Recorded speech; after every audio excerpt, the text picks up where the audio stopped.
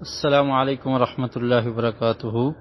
یہ پوچھتے ہیں کہ ستارے ٹوٹنے کی شرعی حیثیت کیا ہے؟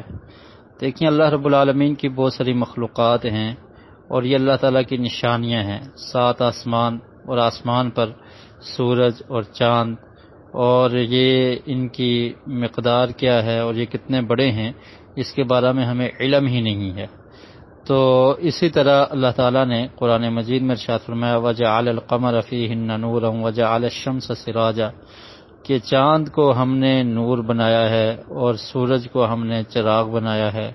تو یہ اللہ تعالیٰ کی بڑی بڑی نشانیاں ہیں۔ لیکن قیامت کا دن ایسا ہے کہ جب آسمان بھی پھٹ جائے گا، اور اس کا ذکر اللہ تعالیٰ نے قرآن مجید میں فرمایا اذا السماء انشقت، آسمان پھٹ جائے گا۔ اسی طرح جو ستارے ہیں تو یہ بھی بسا اوقات ٹوٹ جاتے ہیں، گر جاتے ہیں۔ اللہ تعالیٰ نے قرآن مجید میں ارشاد فرمایا تاروں کے بارے میں وَالنَّجْمِ اذا ہوا، کہ مجھے قسم ہے ستارے کی جب وہ گرتا ہے۔ مطلب اس کا یہ ہے کہ جب وہ غروب ہوتا ہے یا وہ بسا اوقات گر جاتا ہے، اس کی مدت پوری ہو جاتی ہے، تو یہ اللہ رب العالمین کے علم میں ہے کہ اللہ تعالیٰ کی حکمت ہے، اللہ تعالیٰ کا علم ہے کہ یہ ستارے گرتے ہیں۔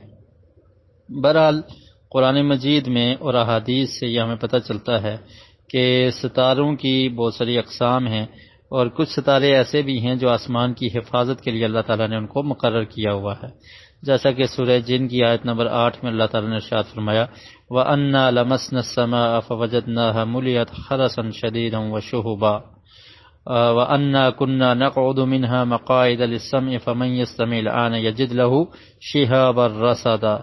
تو یہ شہاب ثاقب بھی بعض تارے ہیں جن کو کہا جاتا ہے، تو ان کے اللہ تعالیٰ نے یہ ڈیوٹی لگائی تھی کہ جو شیاطین آسمان کے قریب جا کر بات کو سننے کی کوشش کرتے ہیں اور جو وہی فرشتے لے کر آتے ہیں اس کو سننے کی کوشش کرتے ہیں، تو یہ تارے اللہ تعالیٰ ان کو حکم دیتا ہے تو یہ اس کے پیچھے پڑتے ہیں اور اس کو جلا کر راکھ کر دیتے ہیں، اور اس کا تذکرہ ہی یہ سورہ جن میں ہے۔